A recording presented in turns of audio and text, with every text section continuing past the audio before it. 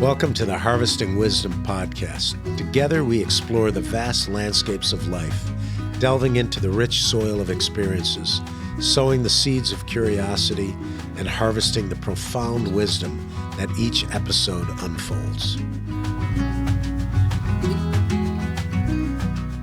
Hello and welcome to another episode of Harvesting Wisdom. I'm your host, Mike McMahon. Today, I have a special guest, Michelle Harris.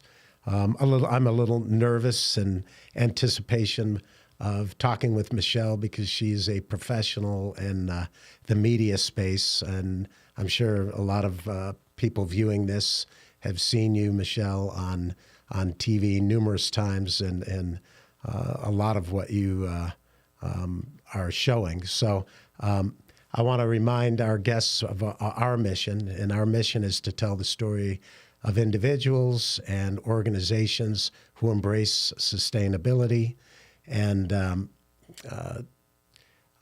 regenerative farming practices, land management, and we think that's the cornerstone of a thriving planet. It's something that's going to bring prosperity and health for generations to come. So what we do is very similar to what you do, Michelle, and thank you for joining me. Thank you for having me. I'm so happy to be here, and I just love your mission. I think we're really aligned. Yeah, it sounds like it. I've seen a lot of your shows, and it seems like whenever I turn the television on, I don't have a lot of time for that, but when I do, I've seen you on there, interviewing all these different people. So tell me a little of this story. You and I were talking, and you started this. You started eating plant-based foods at the age of 14. So tell me about that journey, and then tell me how that actually ended up getting you into television. Well, I've been plant-based for a long time. I made the decision a lot younger than many people, and I will say it was the best decision I ever made. I just read an article about animal agriculture and decided, nope. When you're young, you don't really think about where your food comes from. So when I got that information, I decided that wasn't for me. And now I was only vegetarian then and went through college essentially eating Domino's because I was still eating cheese. But right after actually during college, I went vegan.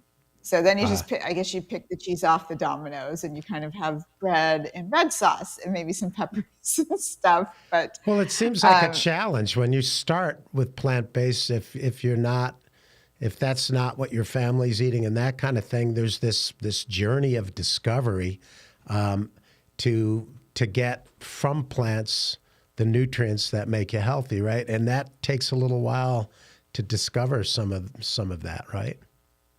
It's the best thing I ever did for my health. It's so much healthier. People who eat plant-based diets have less risk of heart disease, obviously, because the only food that has cholesterol is animal foods. And of course, you're getting less saturated fat. You're eating more fiber most of the time, unless, again, you're in college and you're junking out a little bit, as you tend to do when you're in college. Oh, yeah. Survival mode.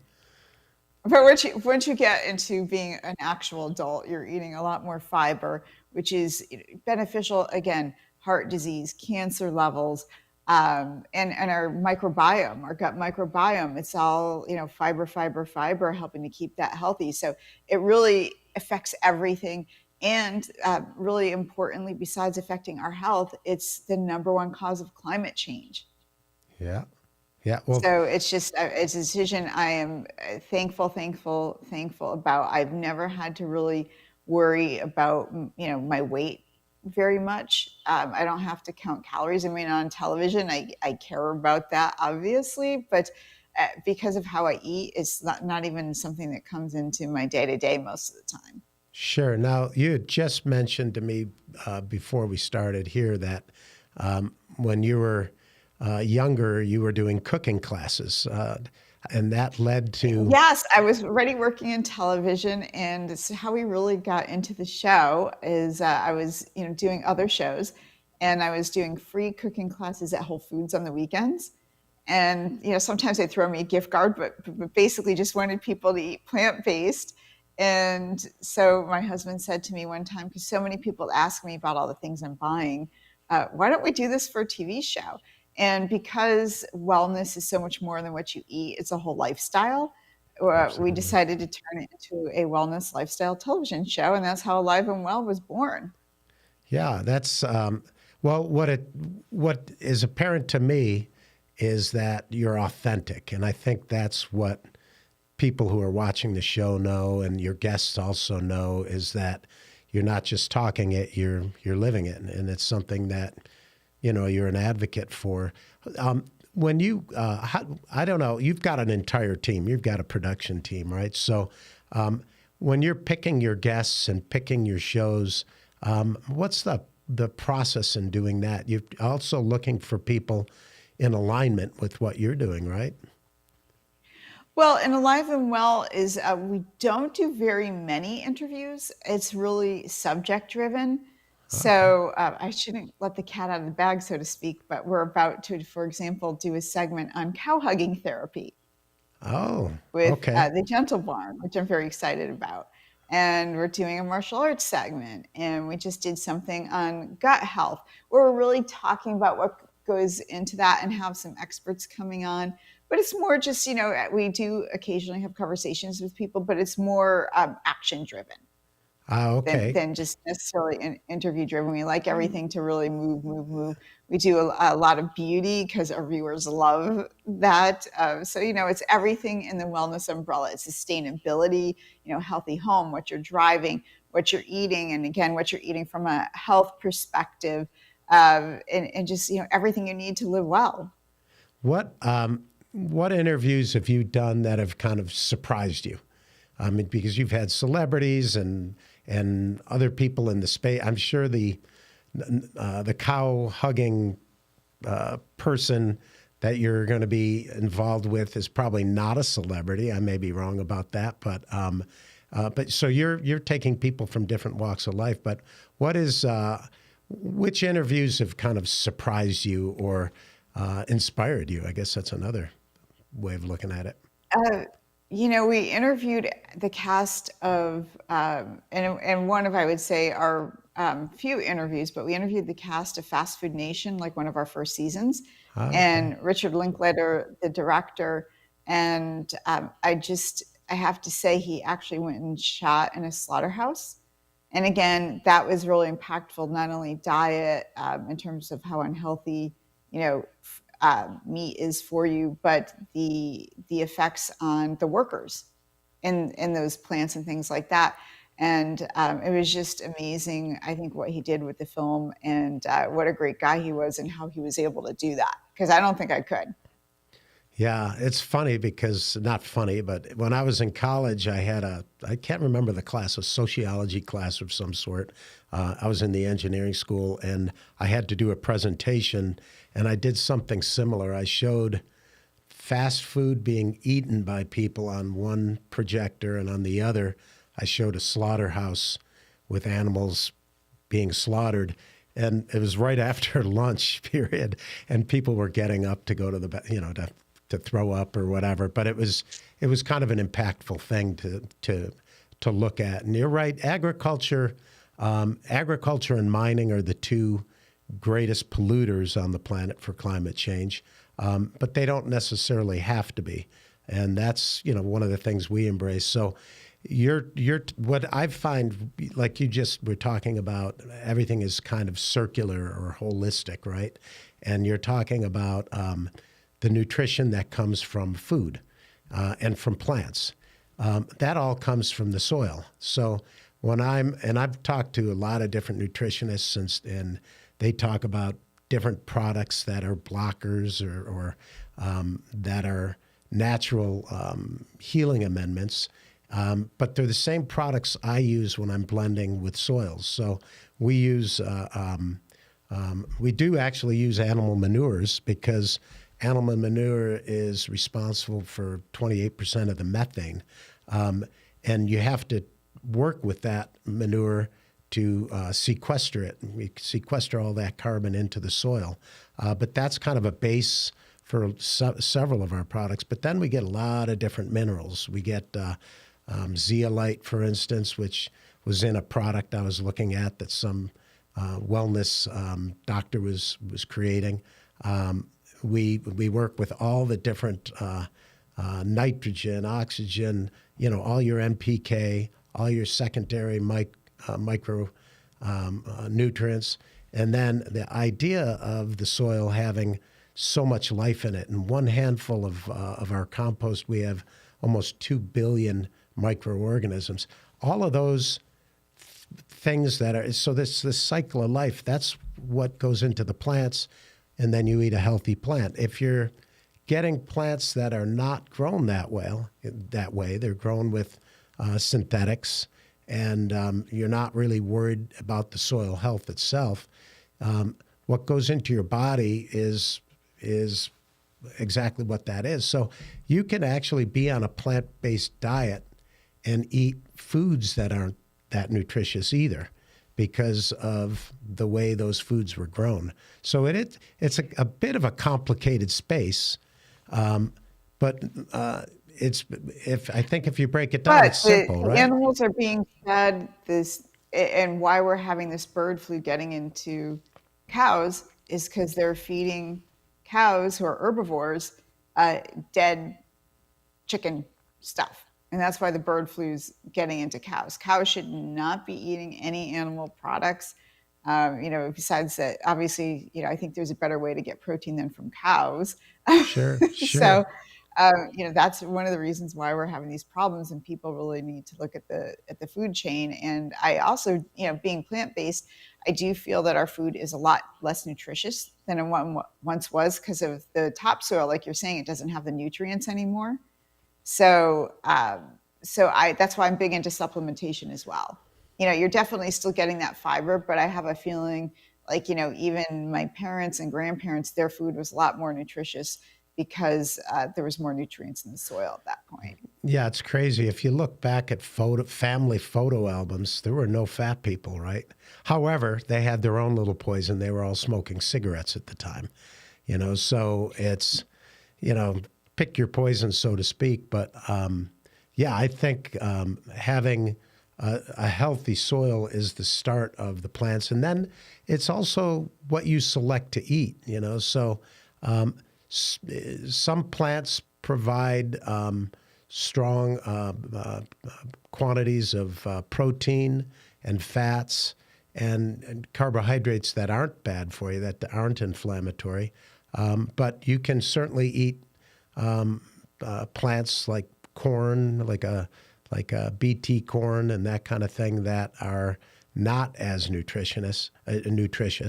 And when you select your diet on the dinner table, you have to be cognizant of that. I think that's the only thing, I think, from a plant-based diet, is that you really do have to watch that. But you're not getting the toxins from animals, and you're not getting any of the toxins from synthetic fertilizers if you're eating organic products as well. Well, and that's what I was going to say. Even with the corn, there is nutrition in corn. It just depends on the corn that you're eating. If you're getting organic, locally grown, and that's one of the things that I feel, not only for the environment, but for the health of people. We're spending billions and billions and billions of dollars treating people for illnesses that are completely preventable. And we're finding that people are filled with, microplastics and forever chemicals from the food they're eating. So we really want to promote organic agriculture so that everyone has access to these foods inexpensively. And, economically, there's just areas where people don't even have access to fresh fruits and vegetables, never mind organic produce. So it's something, if we want to maintain everyone's health and the health of our country, we need to be sure that everyone has access to these foods for, overall health, healthy weight management. Every single thing is impacted by that.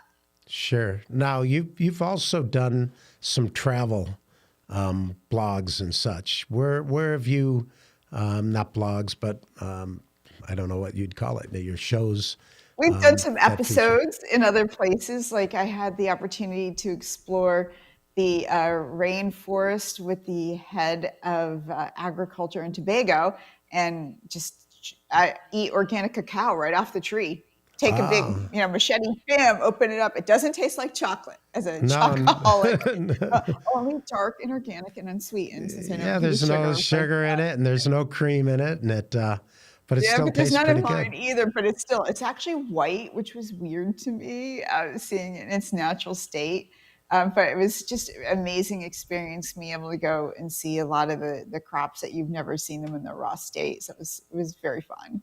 Yeah, well, that's the part that we do. We work with agriculture, I find it just fascinating what's grown and how it's grown, and I wonder, my God, it must have taken people 100 years to figure this out. Like, why would you possibly want to eat cacao straight off the tree? The first person who tasted it, it doesn't, it's not sweet. It doesn't, but I was in, earlier this year, I was in Costa Rica and Nicaragua, and I went to a chocolate plantation too, and it was the same thing. They had the cacao, and they ground it up and had it on nuts, and it was really good. But there really wasn't a sweetness to it, but it was really great. And I think, my God, it had all the fats in it. It had protein in it. It was like a superfood, So Oh, it was fun. dark chocolate is a superfood. Yeah, it's one of the other food that we're involved with my soil company is hemp, and we actually, yeah, we're in California and in Arizona growing, and we've been doing probably about almost 40 trials, and we finally got some seeds that are working, and maybe one day you come up. I don't know, what part, are you in LA? Yes. I'll have you, maybe one day, if you guys want to do it, come up to the Fresno area, and you can see hemp being grown. My partner over there has just one plot alone. Well, he's doing hundreds of acres now, but one plot that we had last year was about 10 acres. And it was the most amazing thing in the world because it grew so thick and it grew 20 feet tall that you could only see a little bit of light when you walked into this forest. But what was amazing was how loud it was because there were honeybees, so many bees that it was like being in with trains on either side of your head, and no weeds whatsoever because the sunlight wasn't able to get down there, but no fertilizers. They just used some of the compost to start it. And now the hemp seed, I don't know if you've had any hemp hearts at all.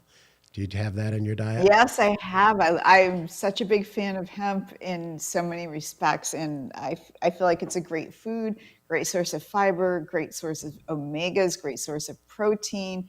And because, like you said, it's fast growing. I don't know, like myself, because we're getting so many products that we're ordering online, that I just have this, you know, basically area full of boxes. And of course, I recycle Yeah. them. But I also know, if you've ever been to the Pacific Northwest and seen the deforestation, I'm just Hmm. thinking to myself, if I could get a hold of Jeff Bezos, I tell him to make all the boxes from hemp because it's sustainable and fast I growing and we love it. wouldn't have to cut down the Yeah. forest. Well, we don't want to turn this into a hemp show, but if you have time at some point in the future, you want to come up and look at it. We have offtake agreements with people who are making batteries and biofuels. Currently, all airlines use biofuels because airlines are big polluters. Like one plane ride is like a city using cars for a day type thing, on a jet going from one side of the country to the next. Carbon footprint is not very good in that industry, but they use the biofuels. Currently, to make that, they're taking trees, and that's where they're getting the biofuel from. But it takes several years to grow those trees, whereas hemp, it's 90 to 120 days, and you've got a huge amount of it. And in Africa, where we're going, where we are, they've been cutting down the forest, their native forest. In Malawi, they're outlawing that practice, but they're making a charcoal It's actually a biochar product that they're making, and people use it to cook because it's a steadier flame that they can cook with. So that's one of the big things. But they also use that wood to fire clay to make their buildings. And now that wood has been outlawed. So hemp in Africa is a great solution. It's a great plant. And you get so many different benefits from it, from textiles. I have a backpack and shoes and clothes that are all hemp from different the manufacturers that we work with. So that's another cool show. But I don't want to I sideline know. it. Well, the Declaration of Independence was written on hemp parchment paper. Yeah, exactly. But we outlawed it, for quite some time, and now it's coming back. And I think it's a good product also because it'll go 2.5 meters deep, so it'll break up hardpan in the soil, allowing nutrient soil, which would be to begin with compost. Then ultimately it regenerates the soil with its own leaves, and it's a rotation plant, so you can rotate in peanuts or other legumes afterward to make that soil regenerative. But the idea of hemp being a remediator is one thing. Then the amazing amount of uses for it. But there's a lot of different products like that the world has to shift to be more climate smart, right? And that also, we grow hemp probably a good 20% less water than cotton. However, it can be grown with cotton in rotation, and it can be blended with that as well. So it's a cool product. What other? Because you're not strictly an agriculture show at all.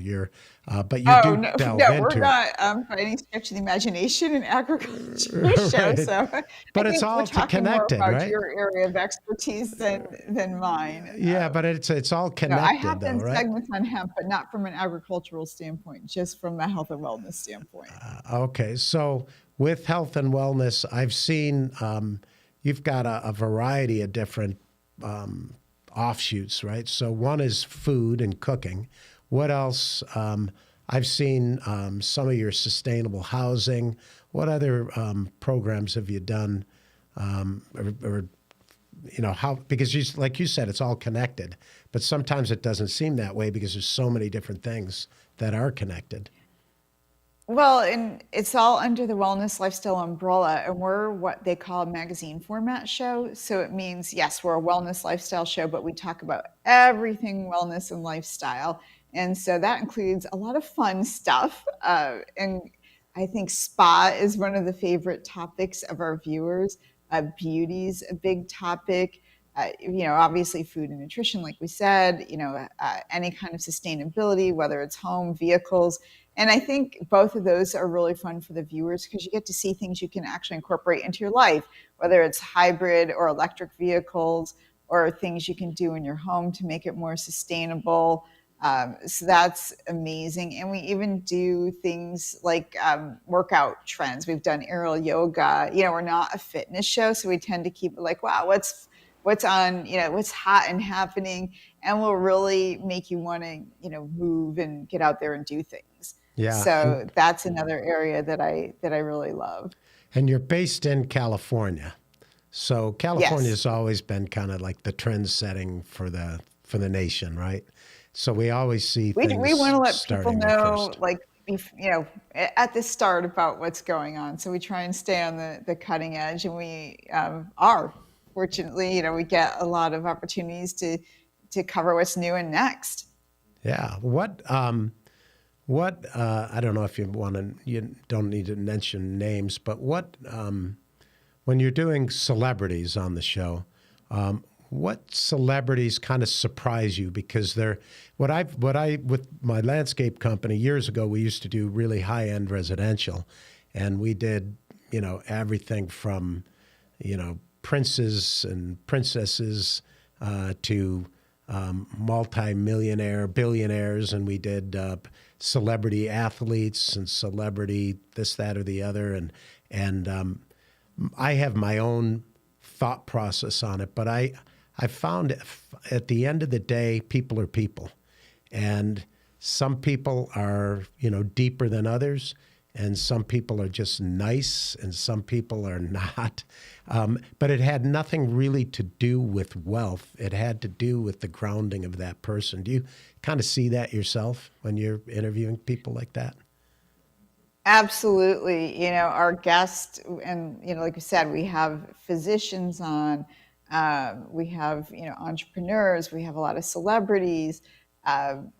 Most of them are really, really amazing and nice, and some aren't so nice, and it has nothing to do with, their position or wealth or anything like that. It's just them. It's just how you are as a person, regardless of whatever you have going on in your life. Yeah, that's kind of the same gist I got out of it. But some people, they do have an impact on you. And I do this when I'm doing more interviews with Harvesting Wisdom.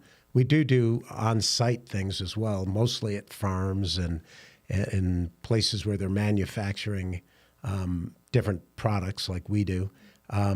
But the people I'm interviewing a lot are either authors or they're lab scientists, seed people, or soil people. They're not necessarily. Some of them are well known in their space, but they're not necessarily well known to the general public. But because it's an interest to me, I get a little geeky.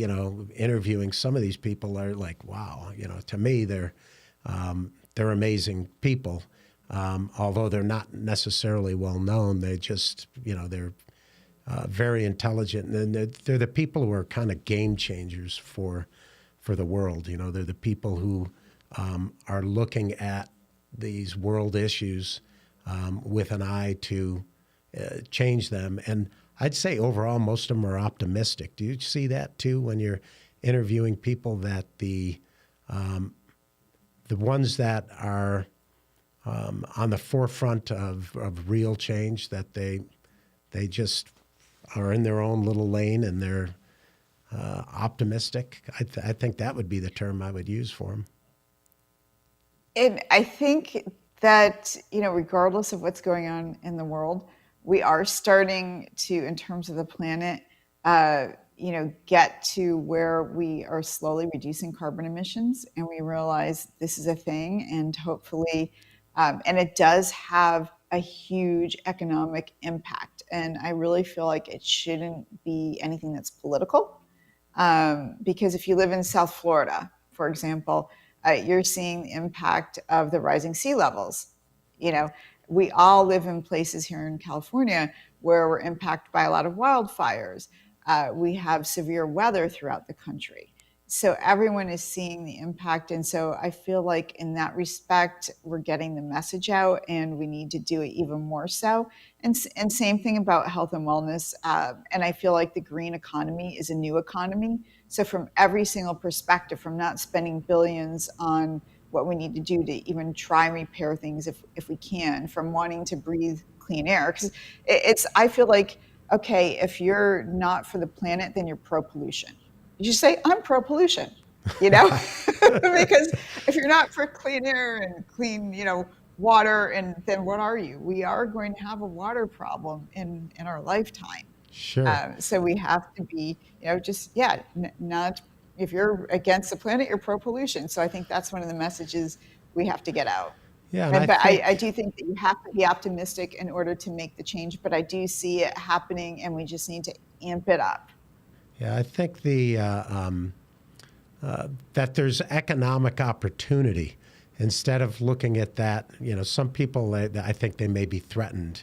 Whatever industry they're in, they're threatened. But the reality is money goes where money goes. And if we all set as a priority our common good, which we have to, because if we don't, we're going to start seeing, we are seeing the impacts of neglecting things that we know should be done right. And it starts with the waste stream and controlling the waste stream and reusing the waste stream to make it regenerative.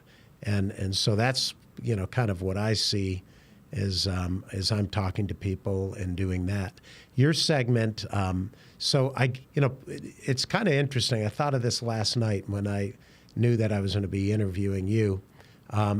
You've got a bigger job than I have. I mean, you're on a national stage, and so part of what you do, a large part, is entertaining, but really the base of what you're doing is informing.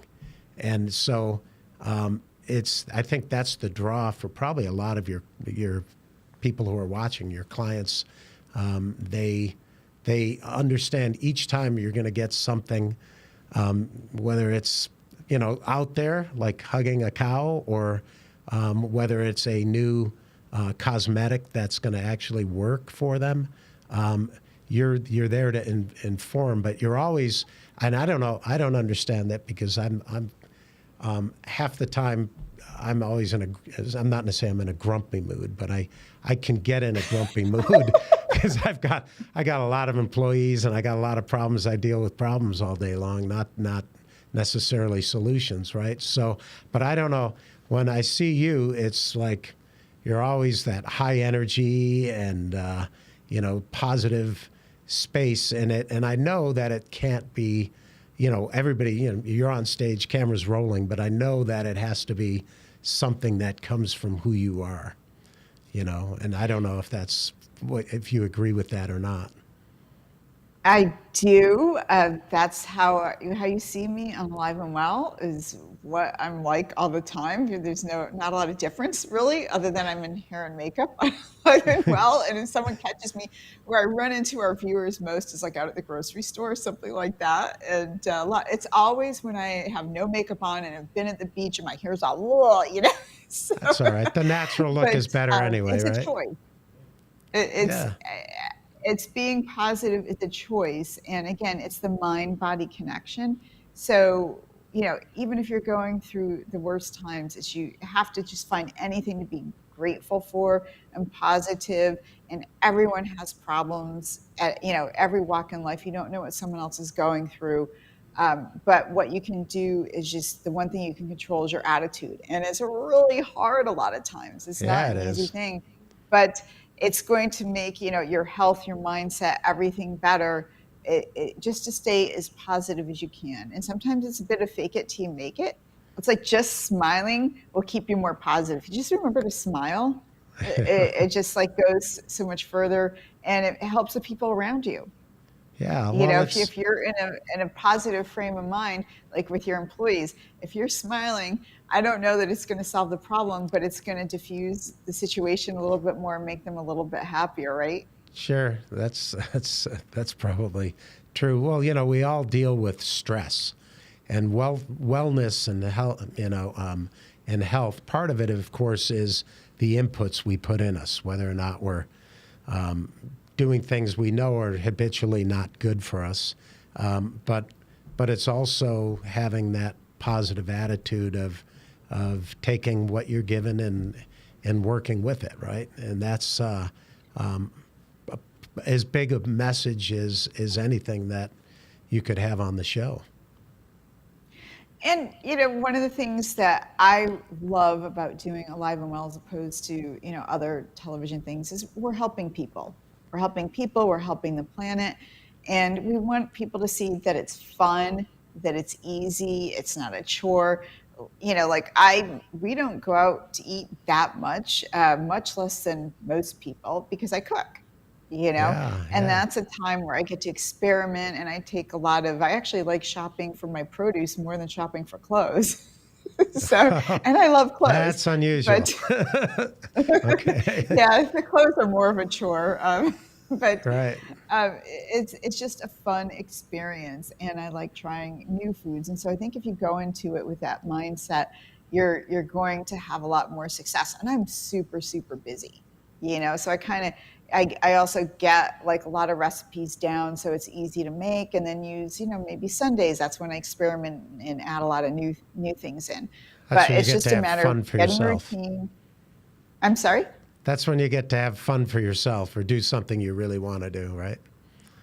Exactly. But it's also, everything we do in the show are things that I do or I'm interested in. And I kind of feel like, okay, I have a lot in common with our viewers. So I feel like if it's of interest to me, that they're going to find it interesting. And that's why we have celebrities on the show and just do things that are really fun. And we want you to have a good time when you're watching the show. And I feel like we do accomplish that. And at the same time, you get to learn about stuff that you can incorporate into your own life and hopefully makes that a little better for you. Sure. And I think you said it right. And there's nothing wrong with restaurants. We don't want to, No, no, no. say I, anything. I love restaurants. It's actually, for me, it's more time consuming to go out for food. Sure, sure. You got And to I get support, ready. Yeah, you got to get ready and everything exactly. And I else. But try and support restaurants as much as possible because a lot of restaurants are closing right now, and even like the healthy places where I tend to go. But yeah, like you know what? I'm not great at making vegan sushi. I can do ah, it, but I love to go to the vegan sushi places. There's a lot of things that I don't do, well, and it is even just I'm a big to go person when I'm getting restaurant food. I just happen to cook a lot. yeah, we did. When I was a kid, I don't think I went out to eat like ever with our family. There was seven of us, and I think once a year on our birthday, our parents would take us out, and I remember always being in trouble on my birthday, so I never actually did go out. But it wasn't. It's a different thing. During COVID, I read a statistic that 25% of the foods that are eaten by Americans are eaten out, and you got choices there too, but you don't exactly know how they're being cooked per se. So it is a process of finding. It is kind of cool to find that one or two restaurants that's kind of local owned, chef that really cares about what they're doing and how they're sourcing their food, and when you find that, it's great. But it is you got to drive to the restaurant, you got to get ready to go, and the whole bit. But cooking at home, I think, is a good way to kind of control it. And I don't know if you notice, but this year I think I'm traveling out of the country more than half of the year, and too much. It's too much travel, and you start getting, but you have to eat out, right? And you don't always have great choices for what you're eating, and because when I'm out, I'm usually pretty busy doing the things I'm doing, so I'm not exercising the same as I would. So it is interesting to go to that extreme to realize, whoa, having that balance is a big part of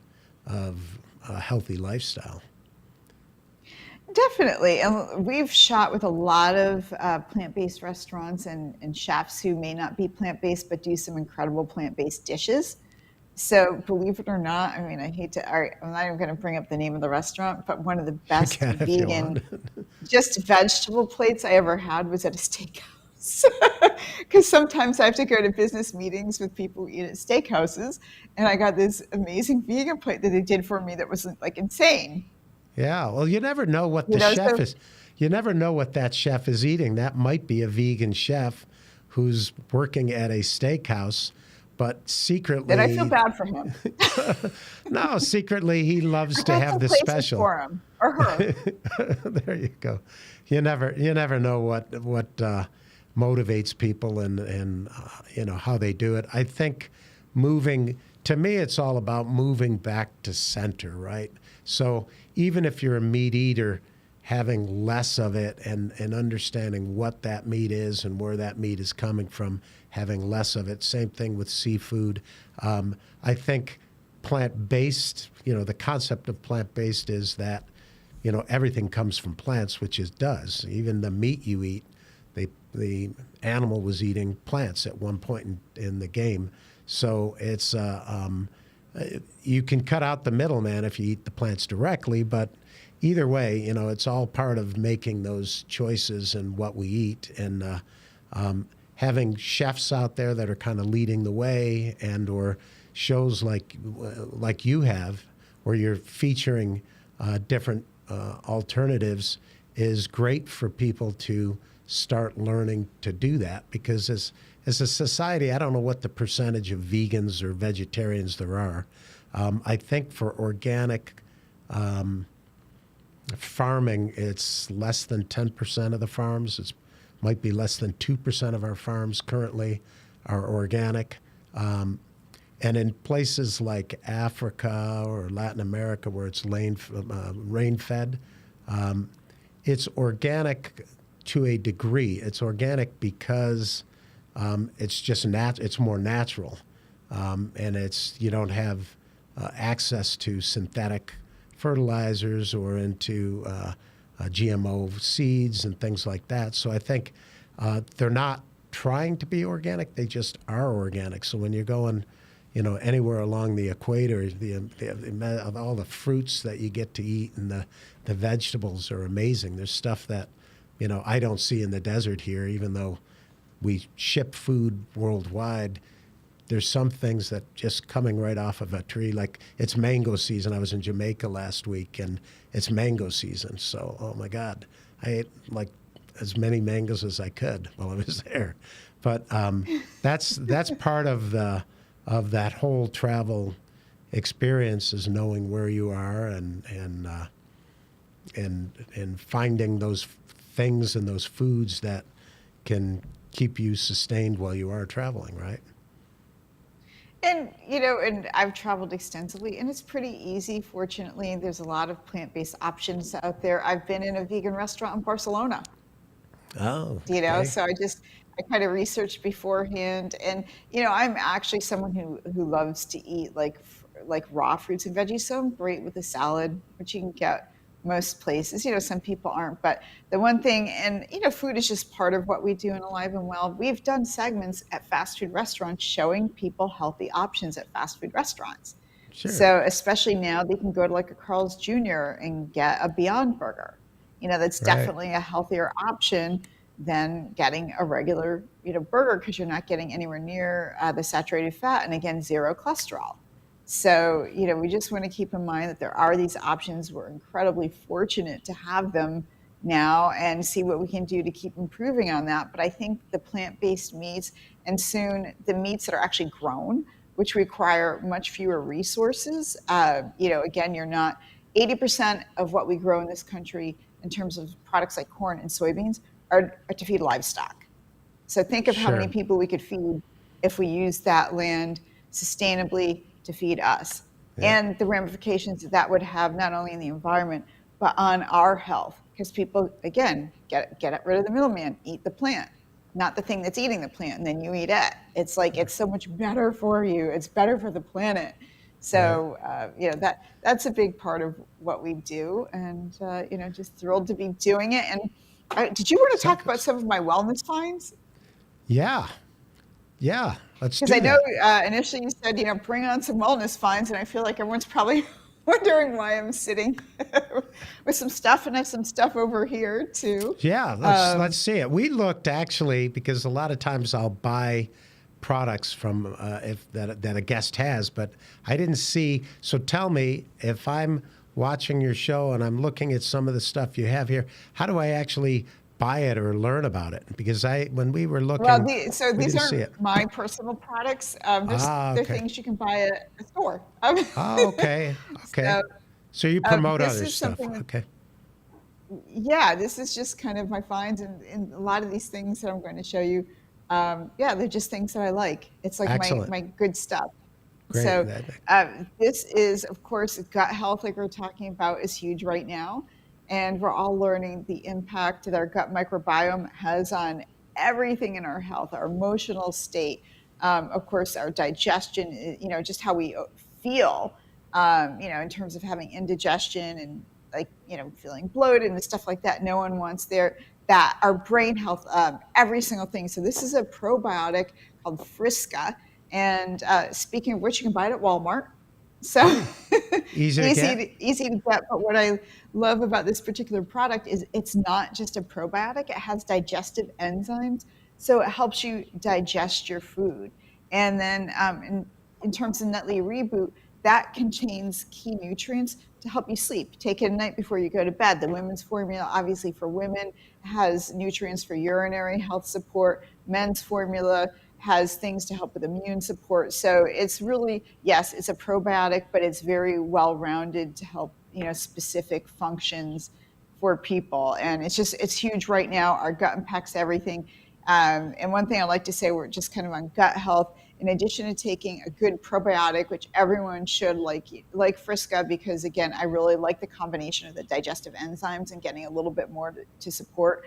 But you also not only want to eat 5 servings of fresh fruits and veggies a day for your overall health and your gut health, but they're seeing in the gut microbiome that it's diversity that also matters. So the goal should be not only 5 servings of fresh fruits and veggies a week to get all those nutrients and fiber, but eat 30 different plants a week. And that can include beans and different legumes. It can include garlic, onions, different spices, and then fresh fruits and veggies. I'm actually keeping a diary myself to make sure I'm getting 30 different ones, because I kind of get stuck on the same things. Like I love kale. I eat a Sure, we ton of do that, kale. don't we? We all get stuck because it just is easy, and sometimes it's like our imagination's not there. But 30, you keep track, so you have to make a 30, dish or a yes, I salad, just started right? it.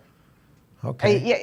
Yeah, exactly. Like I made a big salad last night, and it had, avocado and arugula, and it had some organic roasted corn and heirloom tomatoes and chives. I'm like, okay, so at the end I'm of the starting to day, get and I'm I think starting I to got get like hungry. 10. It was great too. But so I had like 10 different plant foods. So I'm going that every week I'm eating 30 different plant foods. And for me, obviously I'm getting, 5 servings of fresh fruits and vegetables a day.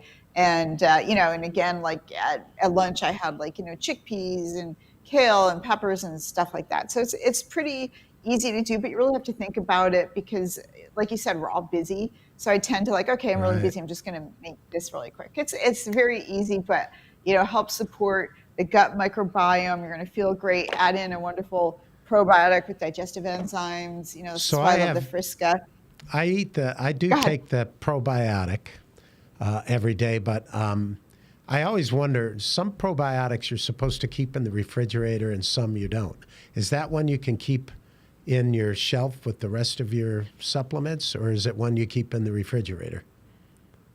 It is shelf stable, which Oh, it is is. amazing. So I just keep it on my shelf. And for when you're traveling, just throw a bottle in your bag. Yeah, it makes it a lot easier when you're traveling if you can have that. So that's great. Okay. So that's And it Frisca. does. And when you're traveling, especially, that's one of the things that really is upsetting for your digestion. Oh You're my going God, different yeah. time zones, things like that. So definitely take your probiotic.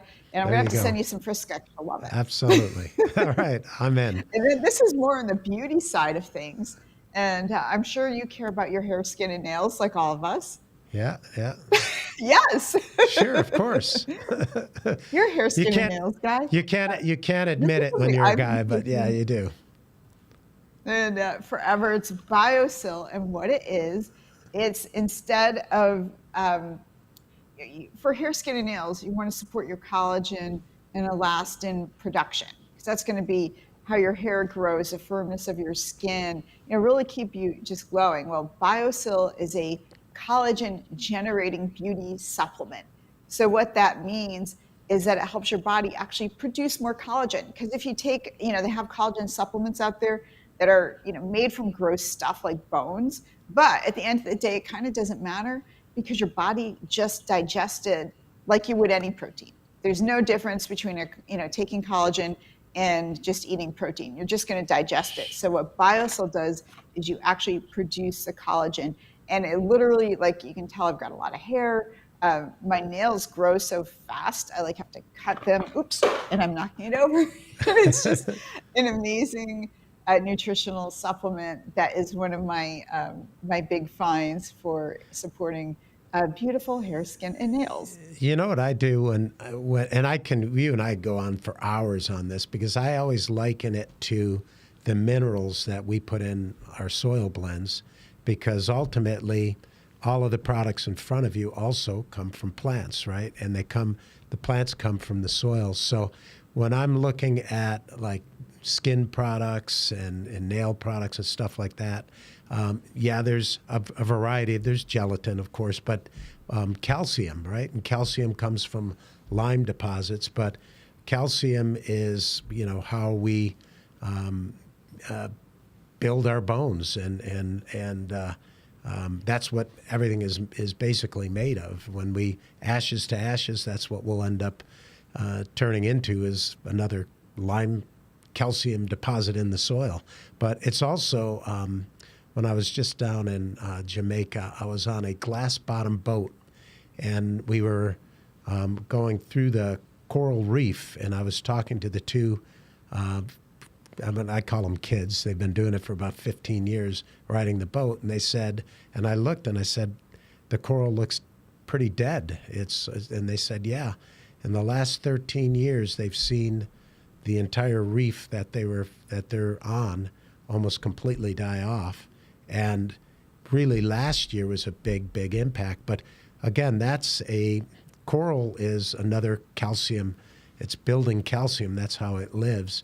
And so some of these things, it is really difficult to look at every single plant that's out there and say, okay, how much of this do I have today or that I have? I think your diet plan of 30 plants per week is good. And if you know what those plants, where they came from and what nutrients are in those plants, then you can kind of balance it.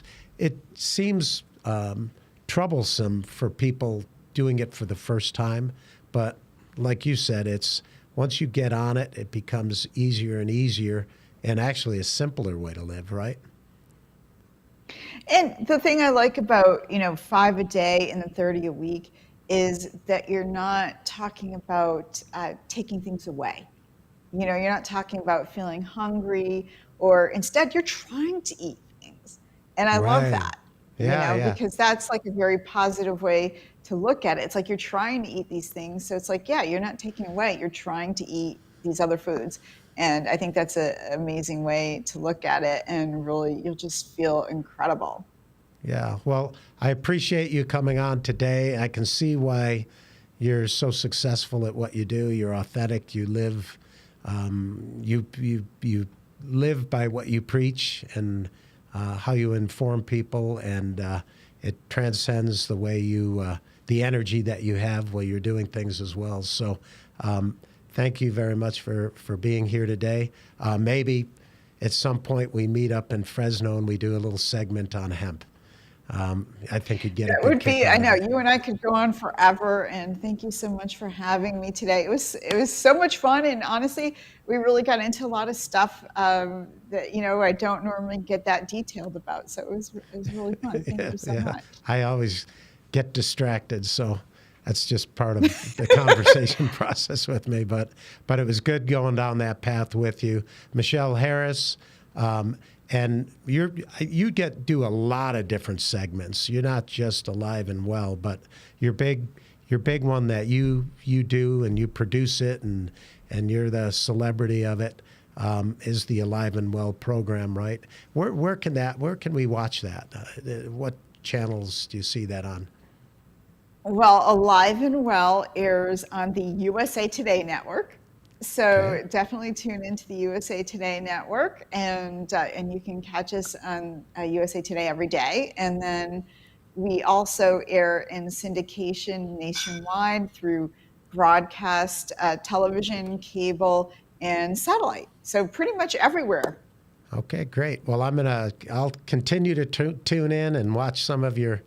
I like the ones that are a little more out there, because the other ones are. Are not as You don't fun. like the beauty treatments?